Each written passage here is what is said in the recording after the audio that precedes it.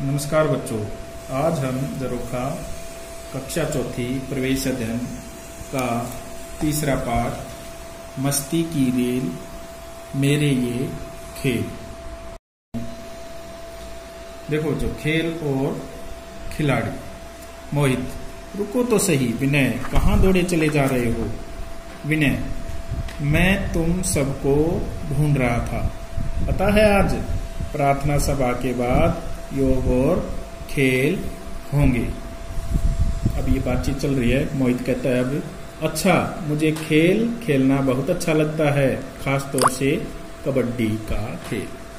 सुमन, मुझे कुश्ती करना अच्छा लगता है, अपने से तगड़ी लड़कियों को भी मैं अच्छी पटकनी दे देती हूँ।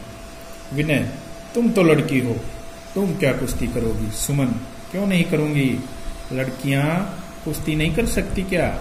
हमारे राज्य की बहुत सी लड़कियों ने कुश्ती में हमारे देश का कितना मान बढ़ाया है, वे भी तो लड़कियां हैं। तो वो जो विनय है उसको सुमन को कहता है कि लड़कियां कुश्ती थोड़ी करती हैं, लेकिन हमारे राज्य में बहुत सी लड़कियां कुश्ती में बहुत नाम कमाया है। जैसे कुश्ती में गीता फोगाट और विनेश फोगाट, साक्षी मलिक, ये इंटरनेशनल अंतर्राष्ट्रीय खेल पर कुश्ती में बहुत आगे जा चुकी हैं। आगे चलो, पता करो और लिखो, तुम्हारे राज्य के किन खिलाड़ियों ने खेलों में अंतर्राष्ट्रीय व राष्ट्रीय स्तर पर नाम कमाया है। यहाँ पे बेटा ये इंडेक्स बनाना है तुम्हें। पहले खेल का नाम, खिलाड़ी का नाम, किस स्तर पर नाम कमाया है, राष्ट्रीय पर या अंतर्राष्ट्रीय, दोनों में से एक लिखना। तो राष्ट्रीय अंतर्राष्ट्रीय पे हो गया तो राष्ट्रीय में तो अपने आप हो जाएगा। देखो, मुक्केबाजी में विजेंद्र कुमार, बैडमिंटन में साइना नेहवाल, कुश्ती में योगेश्वर दत्त, कुश्ती में ही गीता फोगाट, मुक्केबाजी में मनोज कुमार, कबड्डी में दीपक निवास, डिस्क थ्रो में कृष्ण पूनिया, मुक्केबाजी में पिंकी रानी, हॉकी में सरदार सिंह, हॉकी में ही सुरेंद्र कौर और मुक्केबाजी में परमजीत। अब देखो, योग करें, स्वस्थ रहें। अब देखो बच्चों, घंटी बज चुकी, टन टन टन, प्रार्थना की घंटी बजी। सभी बच्चों ने लाइन में खड़े होकर प्रार्थना की। प्रार्थना के बाद रोजाना की तरह पहले कुछ बड़े बच्चों ने योगासन किए, उसके बाद खेल शुरू कूद हुए। तो अब देखो बेटा, ये होता है वज्रासन। वज्रासन में दोनों घुटने मोड़कर और ऐसे पैर नीचे दबा के और हाथ आगे दोनों घुटनों पर रखकर रीढ़ की हड्डी बिल्कुल सीधी करके, सीधी नेक और ये जो अपना गर्दन है इसको सीधा करके बैठना है। ये होता है वज्रासन। उसके बाद है धनुरासन। पेट के बल लेटेंगे और दोनों हाथों से पैरों को पकड़ेंगे और खींचेंगे, ऐसे धनुष की तरह बन जाएगा। ये होता है धनुरासन। उसके बाद है पद्मासन।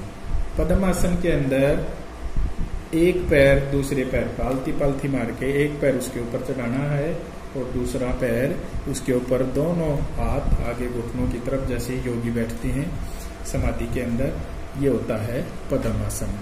अब देखो, स्वास्थ्य के लिए योग, प्राणायाम व शुद्ध संतुलित भोजन के महत्व पर बच्चों से चर्चा करें।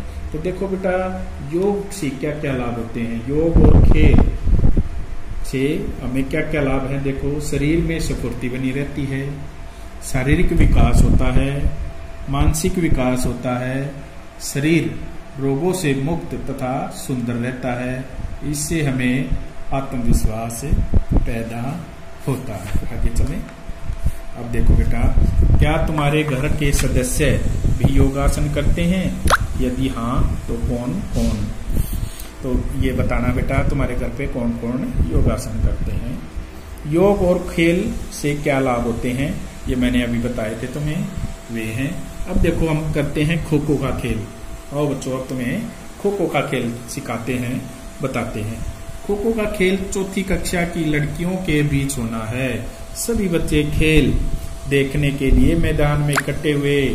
राजीव सर ने खेल के नियम बताए। अब देखो बेटा, खेल के क्या नियम है, खो खो के नियम देखें। इस खेल में 2 टीमें होती हैं, टीम ए और टीम बी। प्रत्येक टीम में 9 खिलाड़ी होते हैं। कितने होते हैं? 9 खिलाड़ी। एक टीम के 9 और दूसरी टीम के 9। मैदान में एक सीधी लाइन खींची होती है, बिल्कुल सीधी लाइन होती है।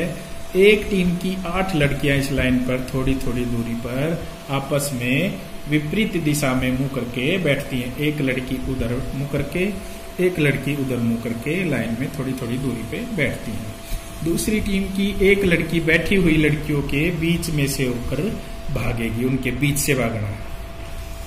पहली टीम की एक लड़की इस लड़की को छूने की कोशिश करेगी ताकि वह आउट हो सके। वो उसको पकड़ के, जो बैठी हुई लड़कियां हैं, जो एक दूसरी टीम की जो भागेंगी, 3 लड़कियां भागती हैं, तो एक लड़की को पकड़ेंगे, उसमें से जिसको भी छू लें वो आउट मानी जाएगी। वह अपनी सहायता के लिए बैठी हुई लड़कियों में से एक को पीछे से पीट करके खो दे सकती हैं, पीठ के पीछे से खो दे सकती हैं।